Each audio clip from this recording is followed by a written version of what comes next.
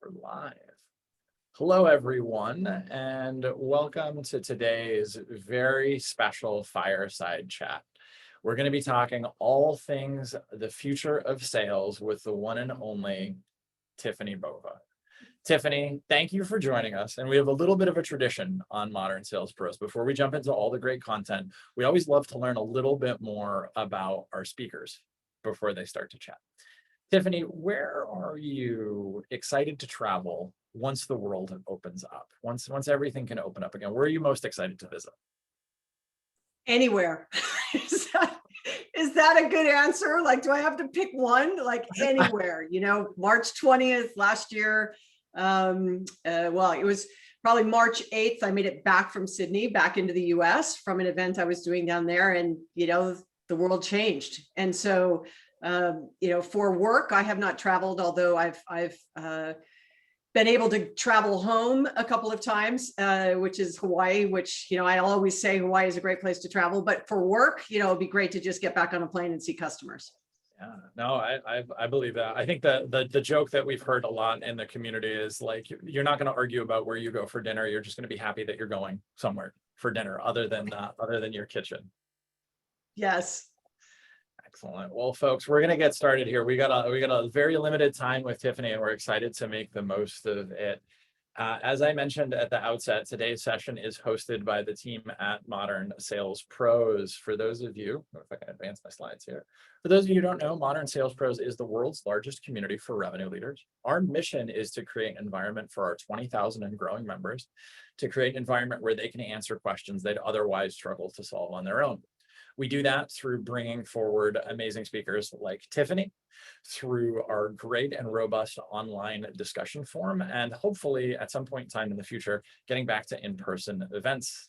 Everything we do is free for our community members. And for those of you who are joining us here today, you will be invited to join afterwards, and we certainly hope that you will. And in addition to this great program that we have today, we have our annual summer summit coming up, our Revenue Excellence Summit. Go ahead and you can go ahead and join us for that. That's going to be coming up next month. We've got a whole host of amazing speakers talking about things going from in the very depths of how to align data and taxonomy. Todd Capone, the author of Transparency Sales, is going to be our keynote speaker. And we've got sessions on everything in between. So really hope you'll join us for that. And today's session is sponsored by the team at Salesforce. They've been an amazing partner for MSP to work with. We've had a great opportunity to meet with Tiffani. We've also got a series of lightning talk coffee conversations that actually start tomorrow, where we'll be talking about the rise of revenue operations. I think most folks in the community know what's going on with Salesforce, but certainly do check them out. They've helped us with all these amazing and wonderful speakers. Before we give Tiffani a chance to introduce herself, just one housekeeping note, folks. There's going to be a lot of content coming at you fast here. The recording will be made available to everybody afterwards. And if you do have questions, Tiffani is going to challenge us as revenue leaders to think a little bit differently about some things. She may be a little bit controversial. That's okay. That's what we want. But if you do have questions, please do use the Q&A panel. We're going to do our best to get through as many of those as we can. But please do put those in there. If you ask a great question, maybe we'll even follow up with you afterwards. But enough about me, enough about Modern Sales Pros. I'm going to hand it over to Tiffani Bova to introduce herself. Tiffani, thank you so much for joining us. Oh, well, thank you so much for having me. It's, look, there's like no place I'd rather be literally outside of talking to salespeople. Like, I am a recovering seller. I no longer sell in the classic sense. I don't carry a quota anymore.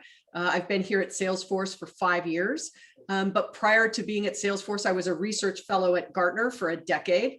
Started out as a research director and sort of worked my way up. And my area of coverage was sales transformation, the impact of digital and the way brands engage with and sell with customers. I was part of the team that made the prediction that the chief marketing officer would spend more on technology than the chief information officer. And lo and behold, we were correct during that time frame. But prior to joining Gartner, I ran a division of Gateway Computers. I had sales, service, and marketing for the indirect selling channel. So I kind of grew up in the value-added reseller space or systems integrator distribution space. Before that, I worked for the largest web hosting company in the US. I actually ran the sales customer service and marketing for a company at the time called Interland, and our shared business is now web.com. Our dedicated business became Peer One, and a lot of our tools we sold off to GoDaddy. But I was a Loquaz beta client during that time, and Constant Contacts beta client during that time. So sort of social selling recurring revenue. We were called an application service provider at the time, an ASP, not a SaaS company. We were an infrastructure as a service provider, but it was called an application infrastructure provider. And so, it was when it was called the World Wide Web, right? It was not the cloud. All things were not as cool as they are today. But I've been on this journey sort of selling in tech and around tech and advising some of the largest technology companies in the world and how to sell better. And at Salesforce, I get to do exactly all those things. Get to do events like this, but also, normally meeting with customers and traveling the world. So it's a pleasure to get this opportunity to answer questions in real time. So I look forward to what you guys are going to bring forward. We love it. And that's a serious background here. And as we've said throughout the promotion of this program, right, this is time for organizations to adapt or die. We think about this in a lot of ways like it's a revolution. This isn't an evolution. And I think this is a great quote here from Alan Toffler.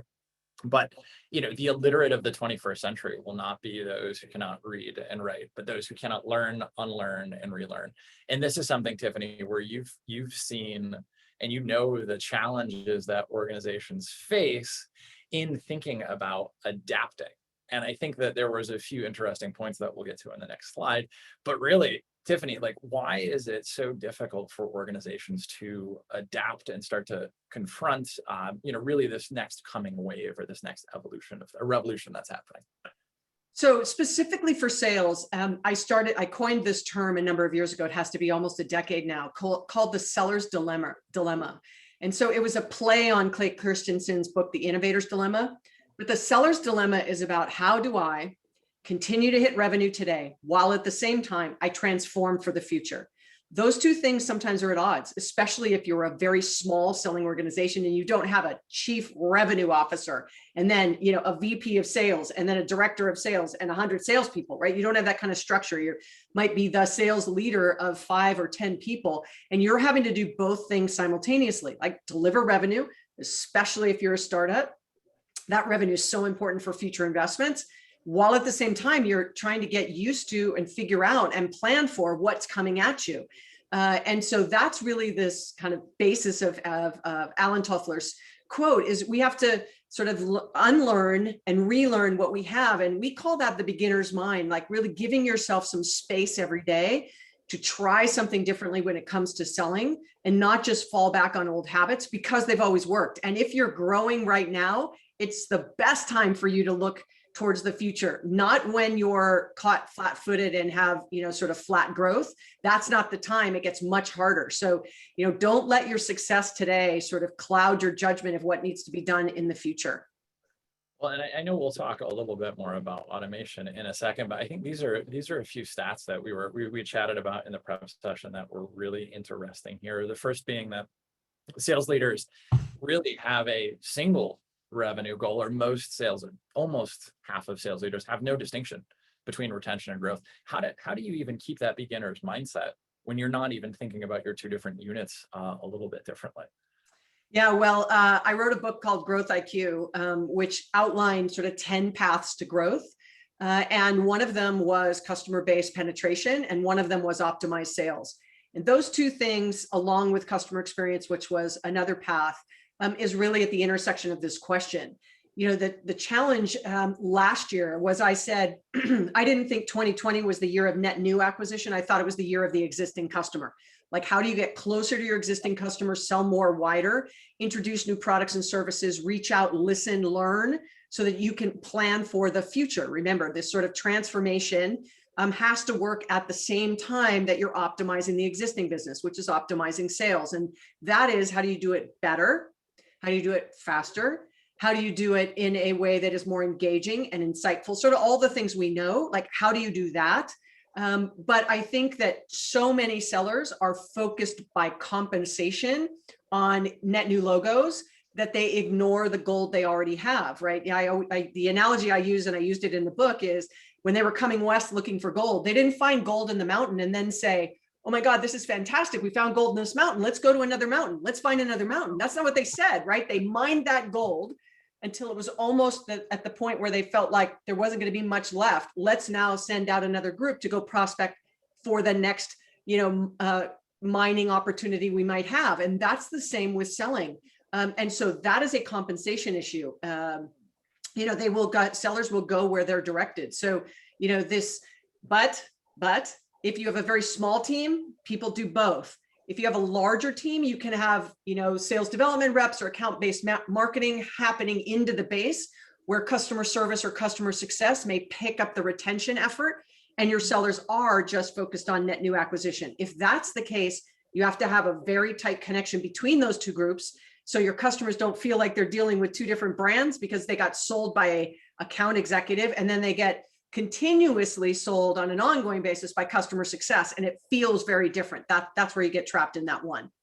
One of the things that we've seen come up quite a bit on that topic is the idea of the revenue pod. Have you heard this term before, where it's like the AE, SDR, CSM, all those folks have like an Uber number and they're focused on a vertical? Is that starting to get traction from where you're sitting? Yeah,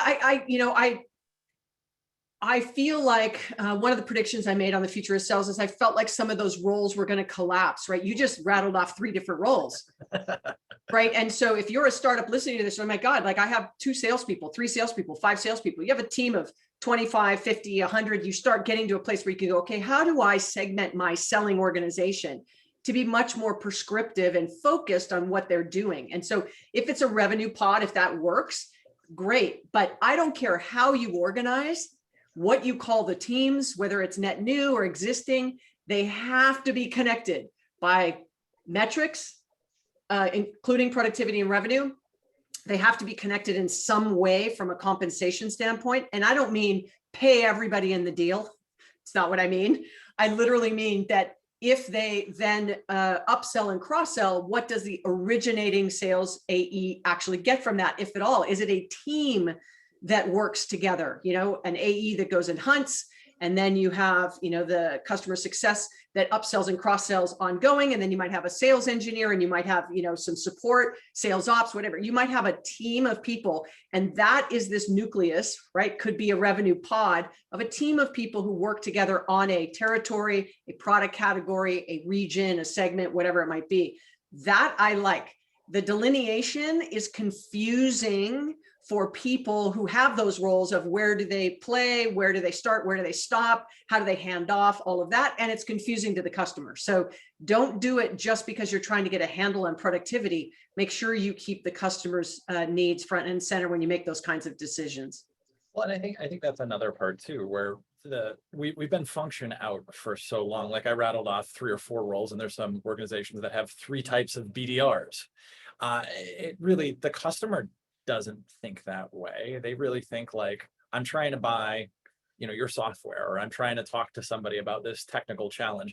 I don't care if it's an AE, an SDR, or the guy who cleans the bottles in the back. Like I want to get that problem solved.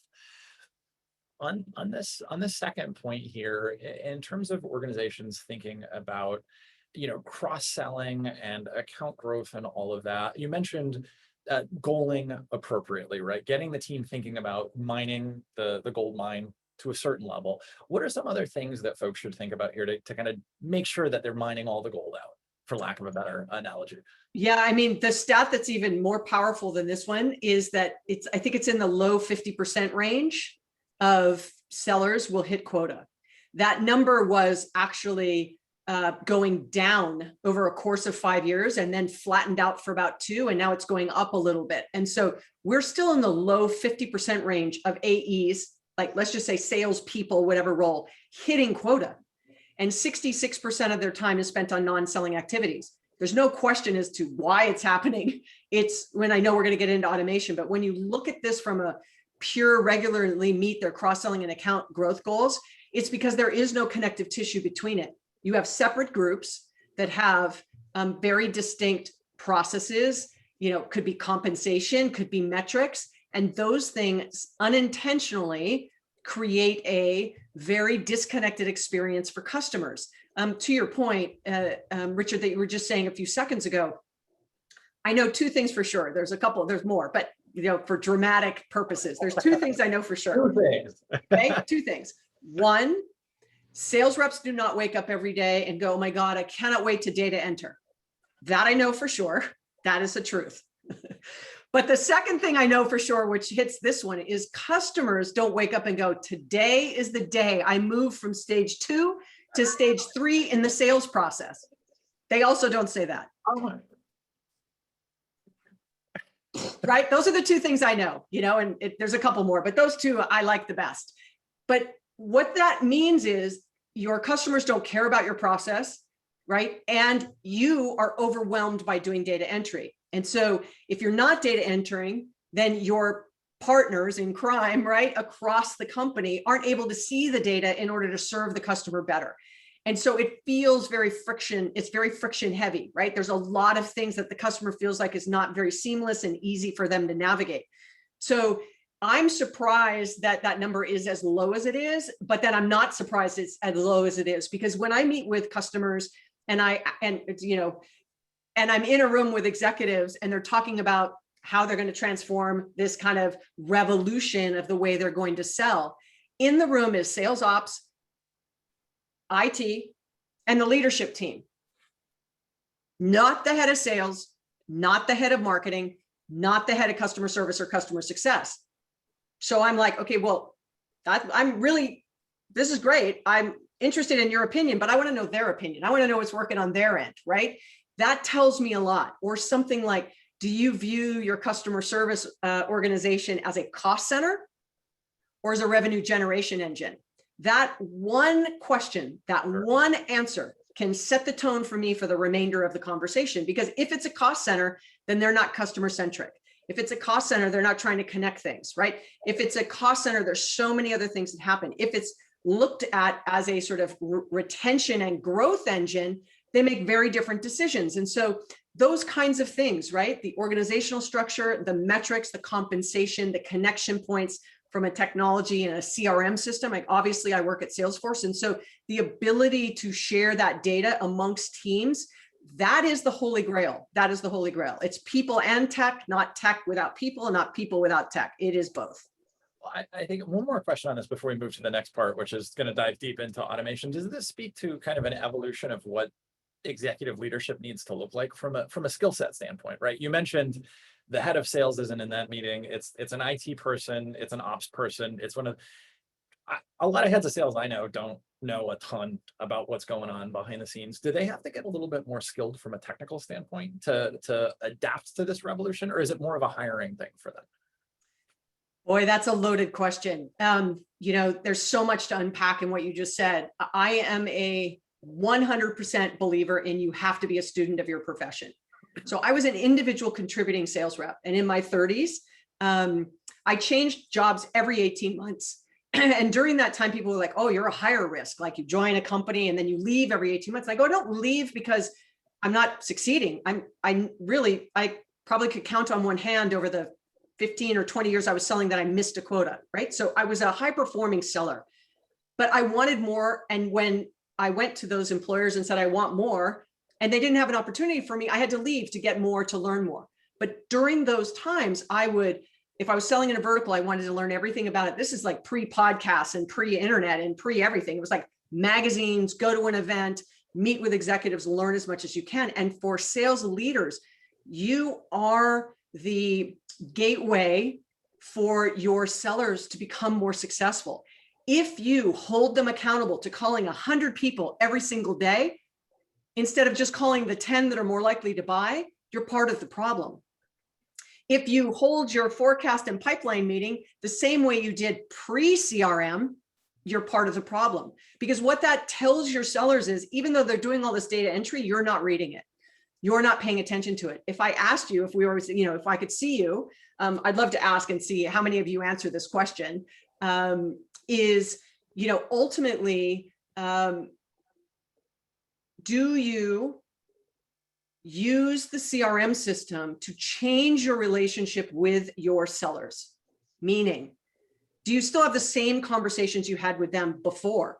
So they're making all this data entry. You're not reading it. They show up to the pipeline meeting. You ask them a series of questions. In their mind, they're like, I just filled out all that information in the CRM tool. And they're asking me these questions, like, why am I entering the information? Instead of saying, hey, look, I did a quick review. I pulled the report. Thank you for doing all this. I had 2 questions on this.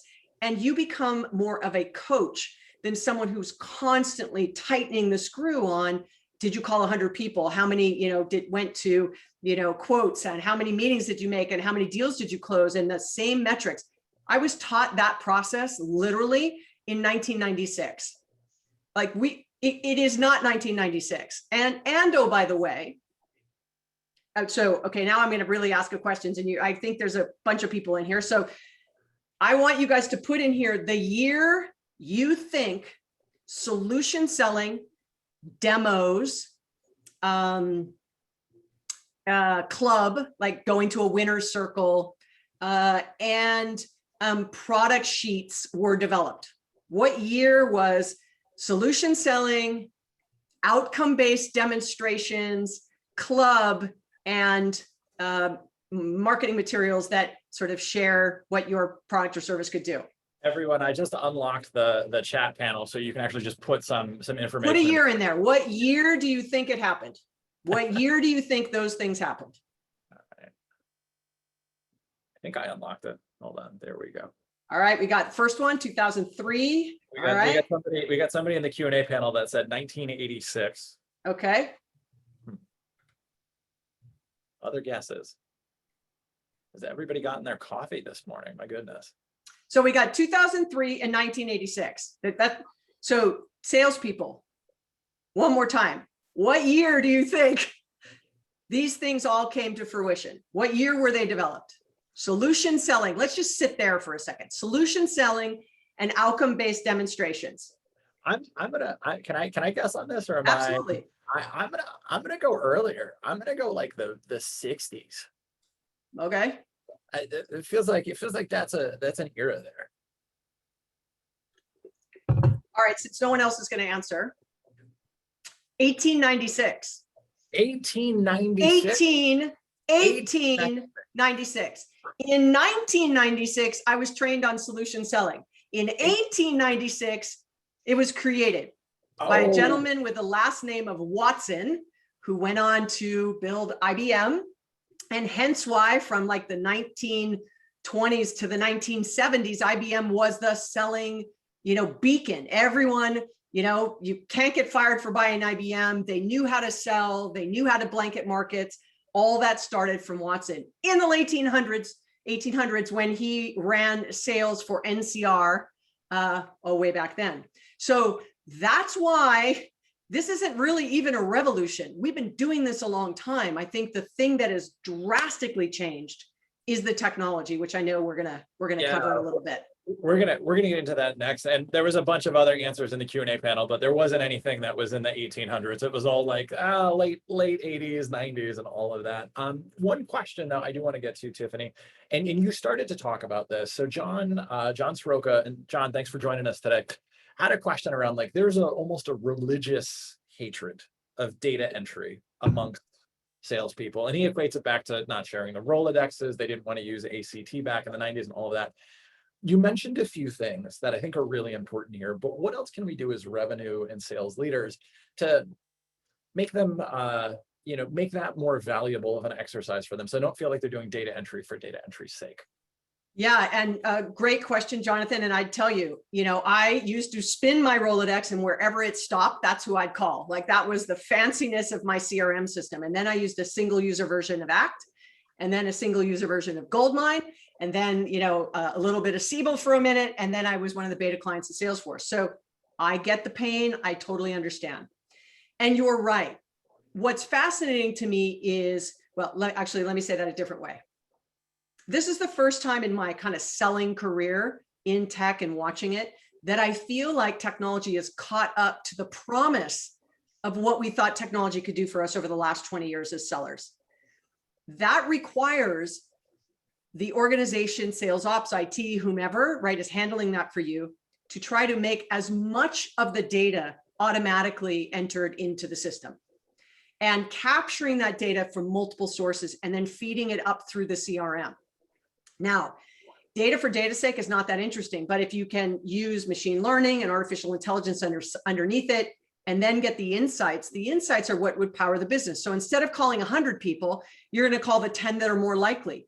That requires everybody to get on the same page. You know, marketing sends a lead over to sales. Don't just send and score a lead. Tell me what I should do based on what everybody else did from that particular lead source that we've learned from. That don't just say, well, we got a strong lead, Tiffani calls, Richard emails, you know, Bob shows up, you know, Anne, you know, contacts them on social media. Those are 4 very different responses to a hot lead that marketing gave you, which means you're not learning.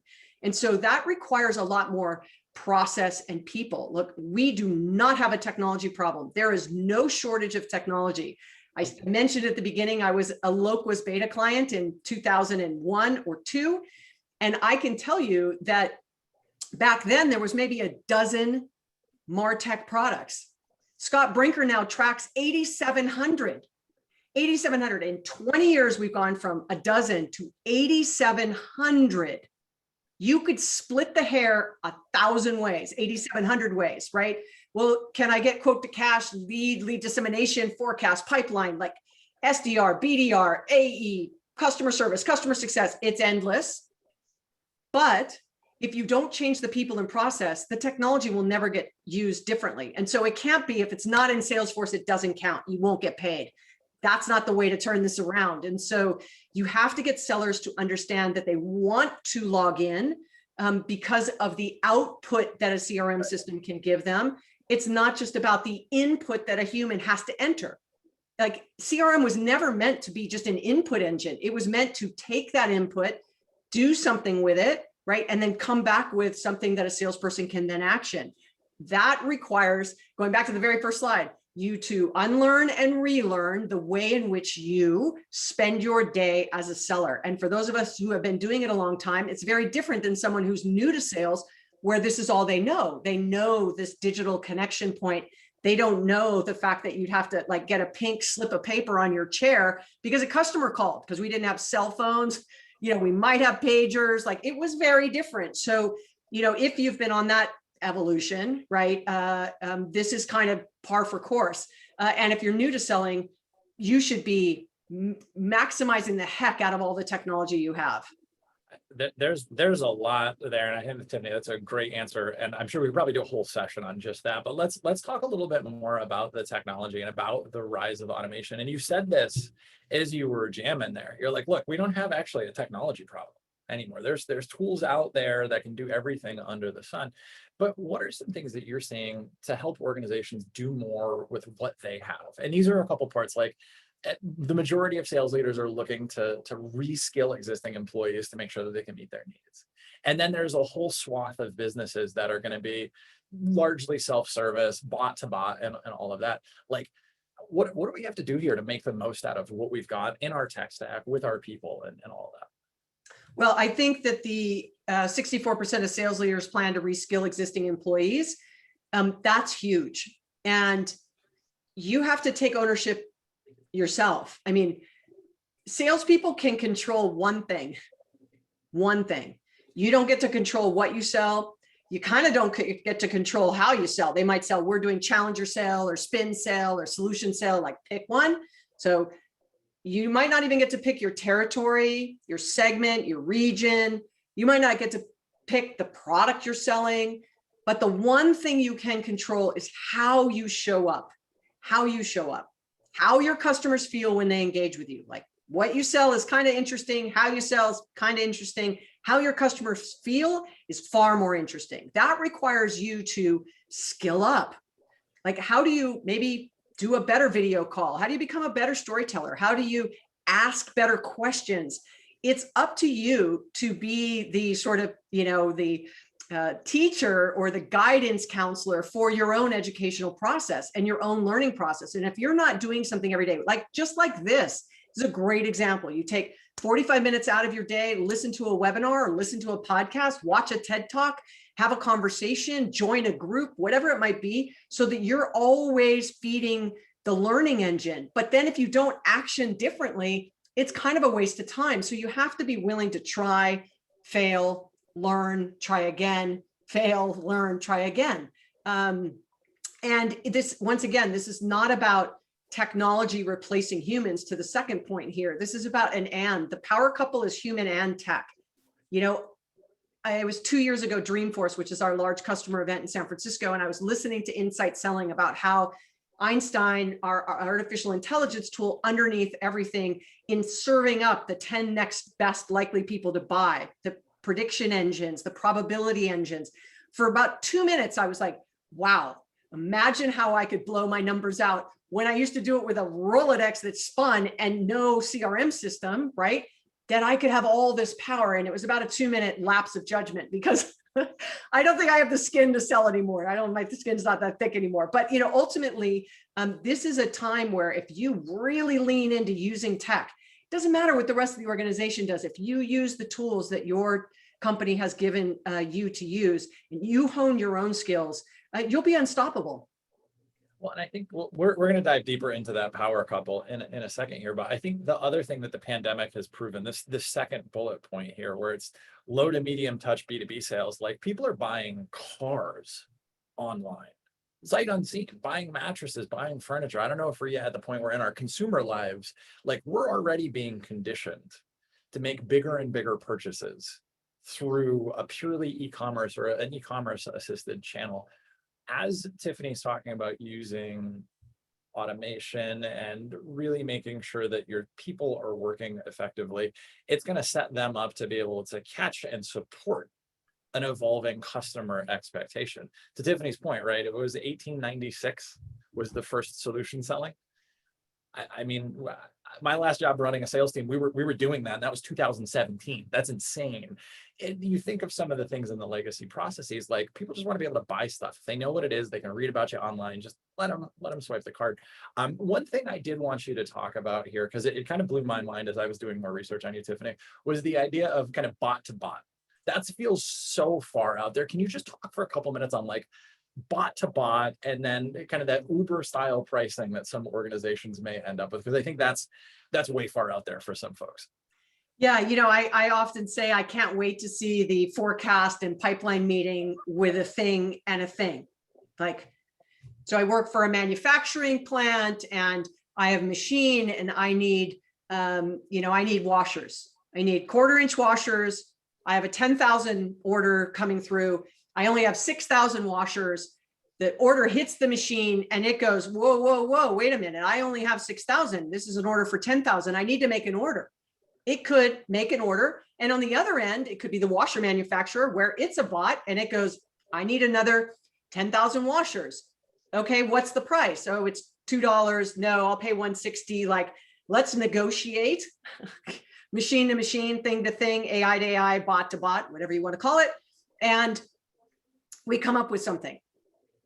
Now, that doesn't mean that a human doesn't need to say, okay, maybe we could sit down with management. Like, what does your pipeline look like? Like, maybe we can get ahead of it. I just noticed that this happened. And so there's an opportunity where this low touch, no touch, right? Technology has been able to doing it. That's very different than what you were just describing, Richard, on, listen, Amazon, AWS got to their first $1 billion without a salesperson. Okay, then they came to me when I worked at Gartner and said, hey, we're going up against a very strong competitor who has tens of thousands of salespeople across the globe and hundreds of thousands of resellers across the globe. Like, what are we going to do? We don't have any salespeople, right? And I'm like, I mean, maybe they had one or two. I'm not, I'm trying to do it for dramatic purposes, but bottom line is they did not have a sales force. And so it's possible. And sometimes that was $1 million worth of compute. Tesla proved that sight unseen and I'll wait, $50,000, $60,000.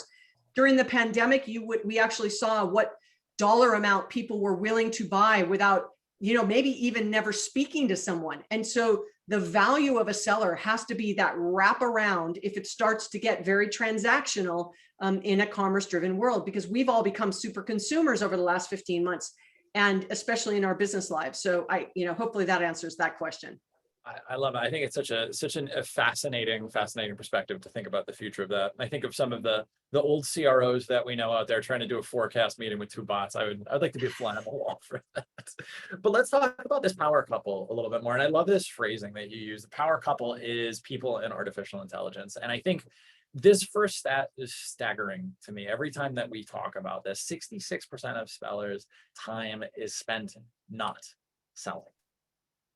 That's just crazy. But can you talk more about this power couple and how you see the best organizations really using everything that they got to make the most? Sure. So a couple of things. So for the sales managers listening, like what can you do? What can you do to sort of change the perception and attitude towards technology? Is I'd ask you to, what is your percentage of time that your sales team individually and collectively spends on selling?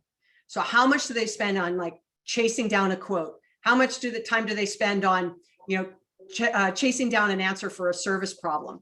How much time do they spend, chasing down who they should call next, or, data entry or research or all of those things? And if you can put them into buckets and understand where are they spending the majority of their time, then your question becomes, is it possible for me to use technology to automate? Is it possible for me to use technology to take this out of the hands of the sellers altogether? Is it possible for me to connect that data source to this data source so they don't have to go find it and then re-enter it? Is it possible for me to have them use voice into a CRM system instead of typing? Is it possible for me to record a sales call and then do real-time coaching and listening how much time they talked versus the customer talked versus... There's so many things you can ask once you understand where they're spending their time. And if you do have the technology, are you using it to, its fullest potential? If you don't have what you need, don't buy everything, but what's going to give the most amount of time back to your seller so they can spend more time selling? Because that's the only way you're going to start to close more business. If they're spending 20% of their time selling, you have a problem, right? If they're spending 80% of their time selling, and they're not hitting quota, maybe something else is going on. Maybe it's not the right person in the right role. Maybe you need to do more training. Maybe it's the wrong customers, the wrong price point. You can start to uncover what the reasons are. But like, I call myself an anthropologist of growth, right? And that's how you have to start to deconstruct some of the different behaviors so you can get back to it. But the first place to start is, I would ask you, what is your percentage number? And if you go, I don't know, then how do you know what's working and not working? So then that next stat, right, that high performers are 2.8x more likely to adopt AI. Not only are we seeing that, but we're also seeing high performers who are using AI are hiring more sales reps, not eliminating them. So, the stat that a competing analyst firm, not Gartner, made a number of years ago, that 1 million salespeople were going to lose their job because of AI. I didn't agree with it then. I still don't agree with it. And our research really shows that they are adding, because as you become more effective and efficient with your individual sellers who hit more quota, spend less time, wasting time, you're actually more profitable. So you can start to make additional investments, which some of should be hire more salespeople or different roles that have some form of revenue generation in their remit. So, those are the two things I'd say, but you have to start with understanding what you're even doing today. And if you're a startup and you are the only salesperson, or there's only 3 salespeople, the habits you build today are going to absolutely impact how successful you are 2, 3, 4, 5 years from now. The decisions you make today are not going to show themselves this quarter, and maybe not even this year, but they will show themselves next year. A famous quote from Jeff Bezos says, it was the opening quote actually in my book, was, if they have a good quarter, it's not because of a decision they made today, it's because of a decision they made 2 or 3 years ago. So you have to play the long game. And as a sales leader, the problem is if you're not hitting numbers, you may not still have the job to play the long game. So you have to do that sort of both that we started this conversation with on the seller's dilemma. Well, and I think that that's an important opportunity too, when you think of the evolution of Salesforce admin into a sales operations role into now revenue operations. As revenue operations rises, they have more of a seat at the table. This is the strategic thinking that you can help the revenue organization with. You can help them understand what the high performers are doing, to Tiffany's point of the hot inbound lead. If I pick up the phone, Tiffany starts following them on social, Nora goes ahead and sends an email, like the organization has that information and ops can help optimize, which to Tiffany's point, it also feels like the lead here starts to compound. Where if we're doing this really, really well, we're getting ahead of our numbers. We've got more to spend on the sales team and the process and all of that, which is huge. But again, I wanted to make sure that for the ops folks in our audience here today, this is an opportunity for you to throw your arms around this problem and start to say, hey, I can actually add outsized value back to the organization by solving some of these versus counting on a salesperson, to Tiffany's point, or a sales leader who may have 8 or 12 other jobs on there. And we've got a little bit of time left with Tiffany here. So any questions that you have, feel free to throw them in the Q&A panel and we'll get through those. One thing I did want to get your perspective on, Tiffany, you mentioned the evolving role of a salesperson before and how they're going to have to kind of wrap around this tech selling or low touch process. What does that practically look like? Because there was a lot of questions that came in during registration about like, what's the future of an AE actually look like? Yeah, I think it's going to be absolutely based around something we call insight selling, right? Showing up with insights. CEB, Challenger Selling Team, made a prediction that, and said by their research that some 63% of a buyer's journey is done before they ever pick up the phone. So this goes back to sales managers. Like, you can't be rigid in your sales process, and I always use this example. So if you've heard me speak before, I apologize, but this is the best one I can give, where a sales rep will go, okay, I'm in stage 1, like, I got a new lead and I have to take them to stage 2 and then stage 3 and then stage 4. Well, if you had a conversation with them, you might actually hear from what they're saying that they might be in your stage 3 of the buyer journey, right, already, or in your sales process. But what do you do as a seller? You take them backwards, and you take them backwards because you have to check the box in your sales process. Otherwise, your manager comes after you. And lo and behold, it's fascinating to me that usually when I'm in front of people and I'll ask this question, how many of you sellers listening take a deal backwards? Wish I could see you, but I'm going to guess not many hands go up. How is that possible? How is it possible that every deal in the world only moves forward and it never goes backwards? It's not possible. That's because sales managers don't let the reality of watching that a deal actually is very fluid. So you can learn as it's happening on what will take a deal that's gone from stage 3 to stage 2. What's going to get them back to stage 3? What can you learn? If a net new customer comes in and they're already 63% of their buying journey finished, listen to them. Start your process where they are. Don't force them through your sales process. Now, an individual seller, remember, we have no control over the sales process. We have no control that our manager says you have to go from stage 1 to stage 2 and stage 2 to stage 3 and stage 3 to stage 4. And oh my God, if you have 7 or 8, please get rid of like 5. So, ultimately, you have to make sure that it's fluid. So this is a question I'd ask you. If your sales process does not allow deals to go backwards, shame on you. Because what it's doing is it's forcing your sellers to pad the deal and go, oh my God, I'm such a good seller. I went all the way from stage 2 to stage 4 and it closed. Aren't I brilliant? And that's not reality, So, understanding what is actually going on in a deal will allow you to be much more insightful when you engage with a customer. Give them information they might not have been able to find online. Understand what they visited a website, they downloaded a white paper, they saw us at a booth at an event, they joined a webinar now. So now don't go, oh, do you know who we are? What a really bad question, right? So you have to kind of become and you only are going to learn that if you're looking at the data, and you only can look at the data if the data is being captured. And you only can rely on that if it's being captured in the right way. So that's why I say we don't have a technology problem, we have a people process problem.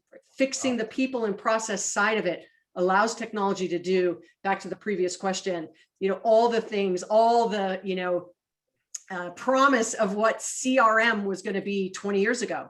I think we have finally met the challenge of showing up with all the things that a seller actually needs, but sales has to use it. Yeah. Well, we're still running the sales process from 1896. So at this rate, maybe when we do this again in 20 years. But look, there's so much that we're doing more, right? But those very few specific three things, solution selling and demos, and I was trying to set the context that 125 years ago, everybody's always been selling. Companies do two things: they make stuff, they sell stuff. That's it. So if you make really good stuff and you can't sell it, it doesn't matter. If you make okay stuff and you can sell the heck out of it, good for you. If you make really not great stuff and you can't sell it, no one cares. But if you try to sell not great stuff, it won't last very long. But at the end of the day, you do two things: you make stuff, you sell stuff. So if you could be really good at selling, your products don't have to always be bleeding edge. Right. You can deliver really solid products to solve customer problems and just outsell the competition. Well, and I think there's the point that you were making before about really understanding where customers are and meeting them where they are in their journey is super, super impactful there, because even though your solution's not bleeding edge, it may be perfect for some of them. Great question from Patrick at IntroHive. He's asking about what we were talking about, Brinker and the marketing landscape just increasing exponentially. What advice do you have for tech leaders to balance the exponential increase in solutions with ensuring that stuff is running well and that their marketing and sales teams are staying on top of new technology that could unlock value? Like, how do you balance that three-legged stool? Yeah, Patrick, great question. So we did some research with MuleSoft that actually found that the average enterprise, and I know some of you may be on the smaller end, but stay with me for just a second. The average enterprise has some 900 various apps, not just sales and marketing, right? Kind of all up. And only 27% of them are integrated, which means you've got data everywhere. It's not talking to each other. It's not clean. It's not good. So I am not a fan of adding technology for the sake of adding. The first thing I'd tell you to do is take an inventory of what you have. Then say, how is it being used? Are there processes we can fix to make it get better? Do we need to retrain? Do we need to rethink? If you add something, be really disciplined and take something away. Don't just keep adding, because a salesperson's time might be, I have to log into 9 different tools to do my job. Like, that's not a good experience, right? And the fastest way to get your customers to love your brand is to get your employees to love their job. And if your salespeople have to log into 7, 8, 9, 10 different tools to do their job, I'm not going to guess they're really happy with the technology and they grumble. Right? But if you can give them the power that they deserve using it, it requires you to do that inventory. So the first thing I say is optimize what you have. That may mean eliminate some of the things. There might be duplication. You may just be able to create APIs to connect the data. What is the data source? Like, optimize what you have and make it as lean as it can be to solve the problems that you need. Next would be to transform how you're doing certain things because of the advancements you've made in your tech stack. The third would be innovate. Like, what's the future going to look like? And those are 3 very different, I call them swim lanes. And Michael Phelps is in the optimize, going really, really fast, right? Tiffani Bova is in innovate, right? I'm in a half a lap and he's done 9 laps. It's slow, steady sort of transformation and innovation. And that's the kind of mindset you have to have. Not everything needs to move at a rapid pace. Not everything needs to move very methodically. But I think we all can agree in the last 14 months, we've seen more digital investments than in the 20 years I was selling tech and advising some of the largest companies in the world on how to sell better. So now we're now we have to use it, right? Now we have to use it after all those investments. It's a great answer. And I think there's a lot there. I want to ask kind of a follow-on, and this came in from registration a few times. We've talked a lot about tech. We've got some sales leaders on the phone, Tiffani. What are some of the skills that you think AEs of the future, right? Think of those, the junior selling folks. What are some skills that they're going to need to develop or have for the future to be able to be successful in this next, in the future of sales? So I think that everybody needs to become a master asker. So master asker. Ask really compelling questions and not just like, hey, what can we do for you? Or how can we help? So I'll give you an example. When we first hit the lockdown, it was probably end of April, beginning of May, Mark Benioff, our CEO here at Salesforce, gave the company a challenge. Now, mind you, there was 55,000 of us at the time-ish, employees.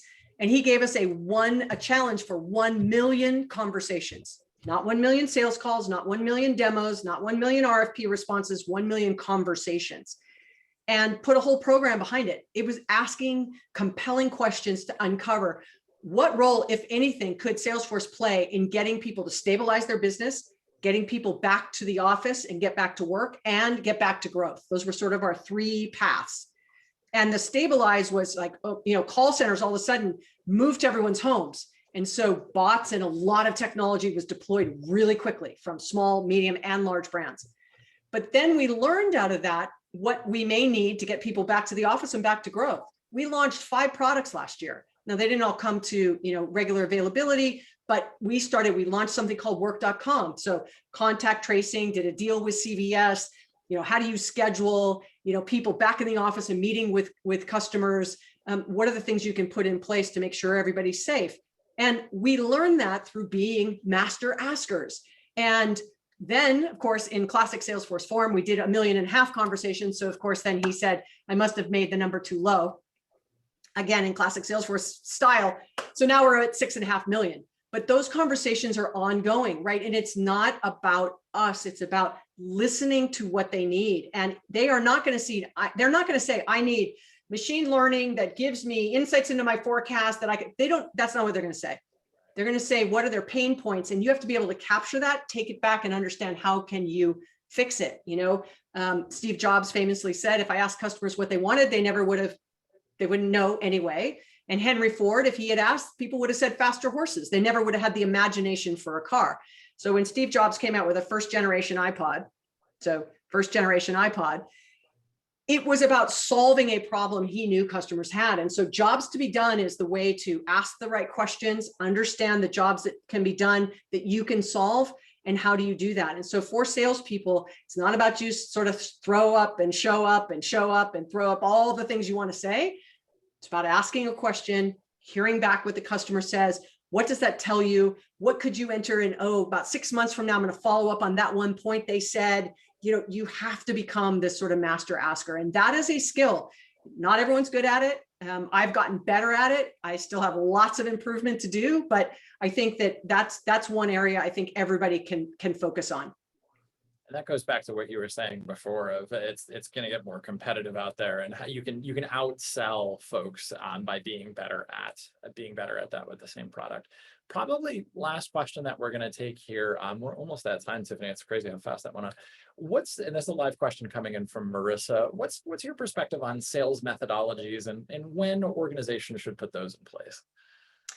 Yeah, it's a great question. So if you're a startup, if you're familiar with the Gartner hype cycle, right? It sort of goes like this, right? And over here, it's called a tech trigger, and then you go up this sort of, the hype cycle, and you hit this trough of disillusionment, and then you end up into the long tail. In each of those phases, you have different sales methodologies. So early on, it might be founder to CIO, right? Or founder to executive. And then you finally make the decision to hire a salesperson. If you over-process them, it limits their ability to actually help you figure out what is the best way for us to sell. You can't have no processes, obviously, but I'd say start out minimally. Learn from what you find as you hire your second and third. What are the practices that you want to see based on what you've seen from them that you want to implement? But nothing should be in stone. Everything should be reviewed. Going back to that optimize, transform, and innovate. Take an inventory of what you're doing. That is part of staying ahead of, instead of going, my God, we've bloated to 10 different tools. We have no control over data. Sales reps, unfortunately, are spending all these hours of time just doing data entry. And so if you're really early, make those decisions, set the right habits. And if I see the note, is it challenger? Is it solution selling? I believe in commonality of training on a way to sell so that you can make sure everybody is sort of at the same level from a capabilities standpoint. But, I also don't believe that every sales deal requires a challenger sale. Do you walk in and tell, your wife, hey, maybe we should go to the gym? That's probably not going to go over very well. Like, right? Let's not challenge in that way. But if you say, oh, honey, I miss you. I'd like to spend more time with you. Maybe we can go for a walk at the end of every day. Like, there is a way to challenge without just head-on challenging. And so finding the soft skills that are required on that. But I do agree, pick solution selling, spin selling, challenger selling, whatever it may be, to give some structure, create processes that allow people some flexibility, as well as keeping them in the lane of productivity. Don't overcorrect on metrics, give some of that freedom to sellers to do what's best for the customer. Watch, listen, learn, iterate, watch, listen, learn, iterate. And so, but if you are, when is it too early? I never think it's too early to put structure in, but if you have one salesperson who happens to also be the sales manager, probably a little early. But as you start to sort of grow that out, that's where you have to start making those investments. That's a great question for us to wrap on.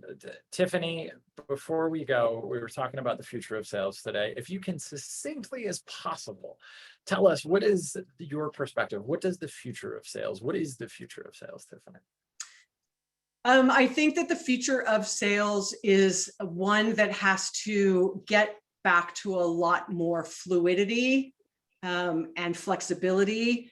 And empathy and listening. I don't think it is just more tech and more process, and more tightening of that. I think it is taking advantage of all we have today, but not to ignore the human side of this, that, everyone will go on this journey at their own pace. You have to give them the ability to learn, unlearn, and relearn. Tiffani, thank you so much for joining us today, for sharing your perspective. I know you're incredibly busy. So really, thank you. This was, my mind is blown still, even though after the prep sessions and all of that, this was awesome.